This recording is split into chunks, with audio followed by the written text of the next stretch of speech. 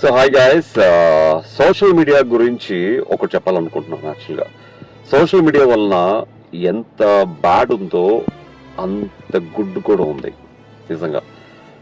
So social మీడియాలో ఎప్పుడైతే Instagram reels, next YouTube shorts వచ్చిన తర్వాత సోషల్ మీడియాలో ఇన్ఫ్లుయెన్సర్స్ లక్షలు పుట్టుకొచ్చారనమాట.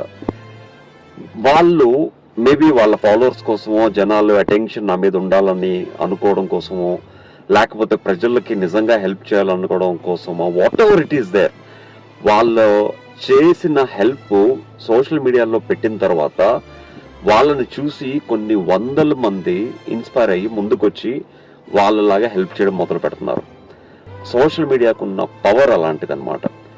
సో 1980s రేడియోలో మనం ఏది వింటే అదే మనకు సమాచారం, తర్వాత దూరదర్శన్లో ఏం చూపిస్తే అదే సమాచారం, తర్వాత టీవీ 9లో అదర్ న్యూస్ ఛానల్స్లో